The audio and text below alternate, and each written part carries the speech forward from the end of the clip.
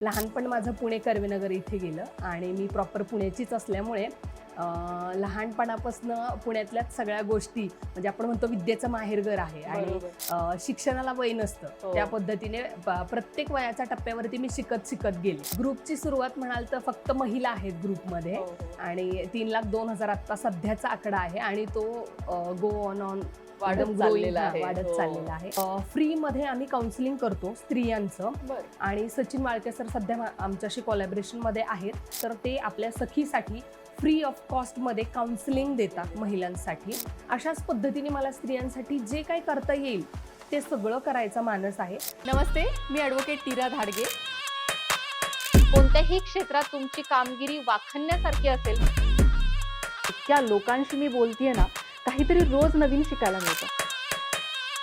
एकमेकांना मदत करण्यासाठी तुम्ही ही कम्युनिटी जॉईन करू शकता, पुणे वुमन्स क्लब.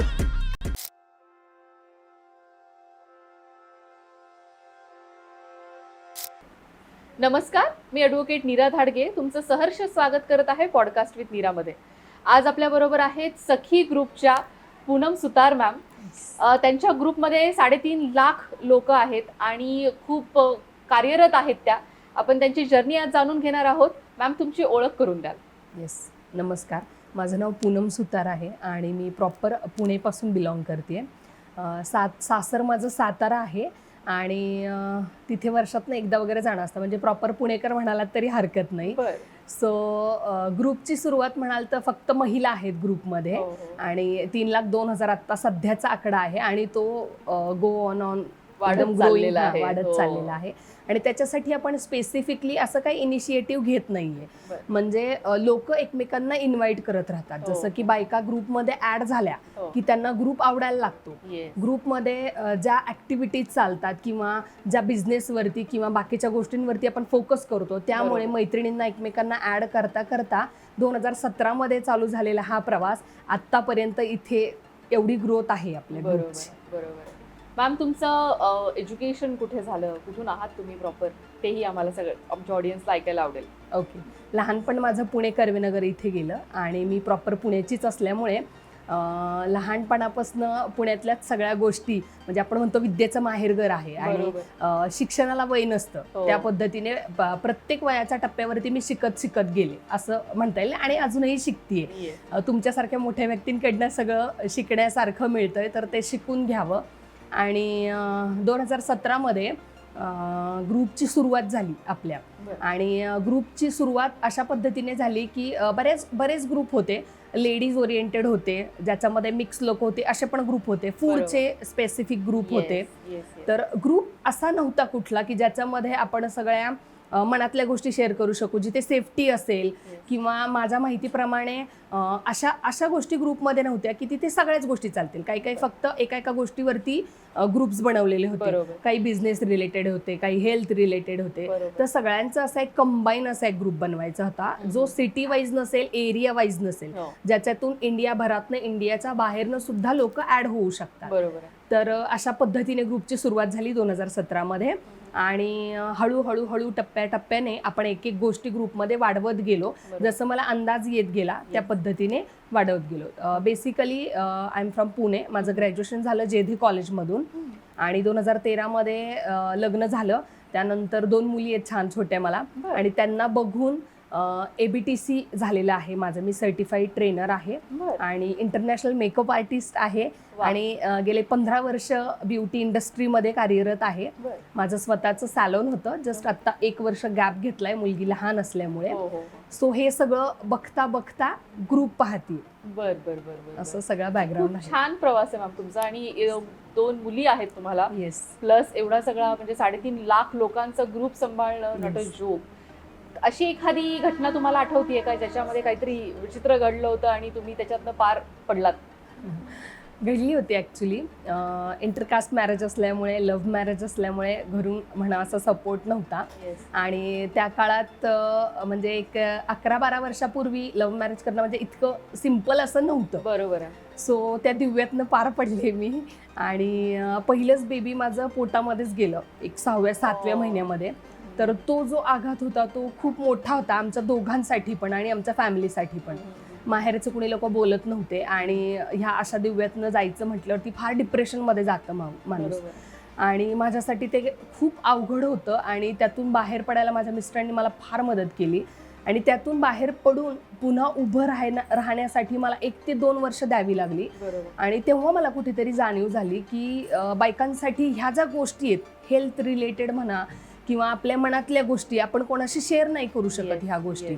घरातल्यांशी जरी शेअर केलं तरी मोठ्या लोकांशी शेअर करताना एक बाउंड्रीज असतात.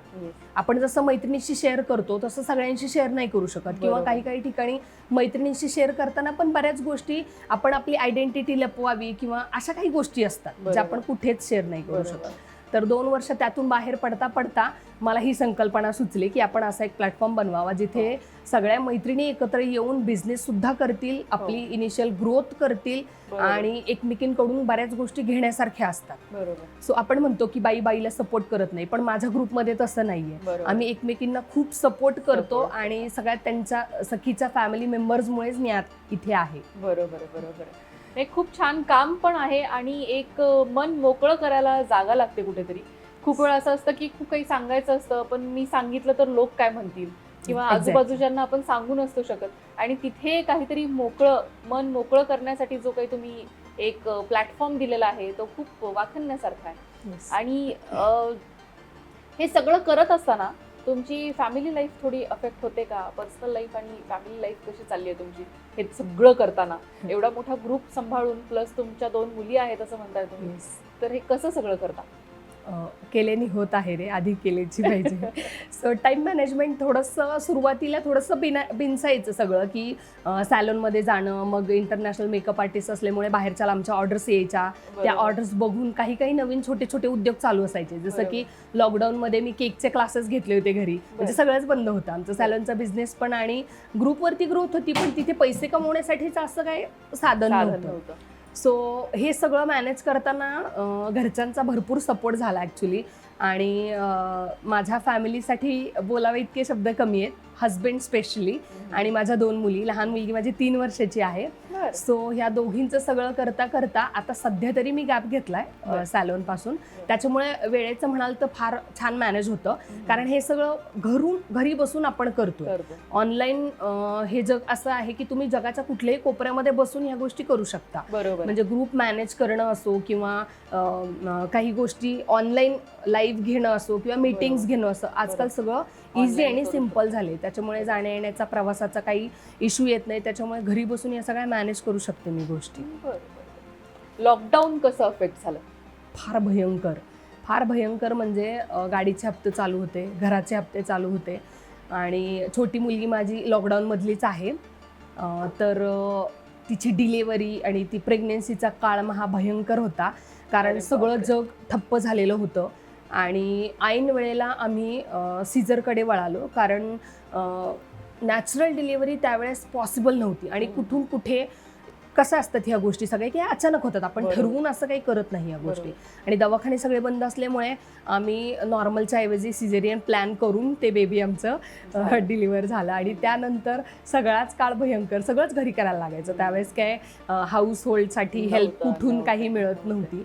सो घरच्यांनी तो काळ ॲक्च्युली शिकायला खूप मिळालं त्यावेळेस आपल्याला, की माणूस किती महत्त्वाचा आहे एकमेकांसाठी हे फार कळालं त्यावेळेस.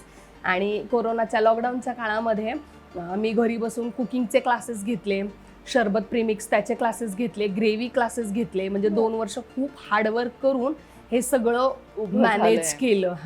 आणि आत्ता कुठे तो सुखाचा काळ पाहतोय आम्ही.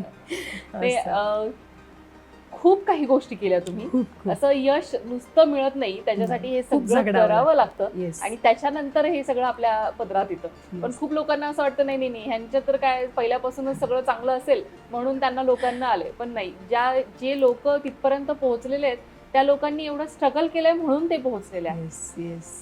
तुमचे काय प्लॅन्स आहेत मॅम आत्ताचे? सध्या माझ्या डोक्यात एकच गोष्ट आहे, म्हणजे आम्ही सखी फक्त महिलांसाठी या फेसबुक ग्रुपवरती वेगवेगळ्या ॲक्टिव्हिटीज घेत असतो. त्याच्यामधली एक ॲक्टिव्हिटी आत्ता नवीन जस्ट चालू केली आपण 3 सायकोलॉजिस्टसोबत कोलॅबरेशन केलं आहे. आणि ॲक्च्युली ही काळाची गरज आहे. बायकांना मोकळं होण्यासाठी स्पेस मिळत नाही, ऐकणारा कान नसतो सध्याच्या याच्यामध्ये. सो नोकरी आणि घर हे सगळं सांभाळता सांभाळता दमछाक होते आपली. बरोबर. मग कुठे मोकळं व्हायचं, जी घुसमट होते ती कुठे आपण ओपनली शेअर करू शकतो, किंवा आपण म्हणतो काउन्सिलिंग. बरं, काउन्सिलिंग प्रत्येकाला जमेलच असं नाहीये. बरोबर. आता त्याचे चार्जेस बघता, सगळं बघता प्रत्येकाला पॉसिबल होईल असं नाहीये. बरोबर. आम्ही तो एक इनिशिएटिव्ह घेतलाय आता, की फ्रीमध्ये आम्ही काउन्सिलिंग करतो स्त्रियांचं. बरं. आणि सचिन वाळके सर सध्या आमच्याशी कोलॅबरेशनमध्ये आहेत. अजून त्यांचे 2 फ्रेंड्स आहेत, तर ते आपल्या सखीसाठी फ्री ऑफ कॉस्टमध्ये काउन्सिलिंग देतात महिलांसाठी. बरं. आणि एका महिन्यामध्ये साधारण 200च्या आसपास महिलांना आपण फ्री काउन्सिलिंग दिलेलं आहे. बापरे. आणि त्यांचं आयुष्य सुरळीत मार्गावरती लागलेलं आहे. अशाच पद्धतीने मला स्त्रियांसाठी जे काही करता येईल ते सगळं करायचा मानस आहे. सध्या आपण बिझनेस मीटिंग्स घेतोय एरिया वाईज, हो. की जेणेकरून तुमचा घरगुती काही बिझनेस असेल किंवा मॅन्युफॅक्चरिंगमध्ये असाल, प्रोडक्ट किंवा सर्व्हिस इंडस्ट्रीमध्ये असाल, Yes. तर तुम्हाला इंडिव्हिज्युअल स्वतःला मार्केटिंग कशी करता आली पाहिजे. बरोबर. फेसबुक, इंस्टाग्राम याच्यावरती मार्केटिंग प्रत्येकाला जमत नाही करायला. तर ती आपल्या ग्रुप थ्रू आपण बेसिक स्किल शिकवतोय. फार असं डीपली नाही, बेसिक स्किल शिकवून त्यांना आपण पेज कसं बनवायचं, लाईव्ह कसे करायचे, ग्रुपवरती पोस्टिंग कसं करायचं आणि जास्तीत जास्त लोकांपर्यंत कसं पोचायचं याचं आपण ट्रेनिंग देण्यासाठी आता चालू केलेलं आहे. मस्त. तुमच्या या सगळ्या प्लॅन्सला आमच्या प्लॅटफॉर्मतून खूप खूप शुभेच्छा. थँक्यू आणि सो आता तो मच. 3.5 लाखाचा एकदम 10 लाखांपर्यंत पोहोचावा अशी आमची खूप Thank you. मनापासून तुम्हाला शुभेच्छा आहेत. मॅम, तुम्ही आज इथे आलात, आम्हाला खूप छान वाटलं आणि एवढा तुमचा एक्सपिरियन्स शेअर केला, याच्यातनं नक्कीच आमचे ऑडियन्स काहीतरी प्रेरणा घेतील Yes. अशी अपेक्षा. Thank you you. So much. Thank you.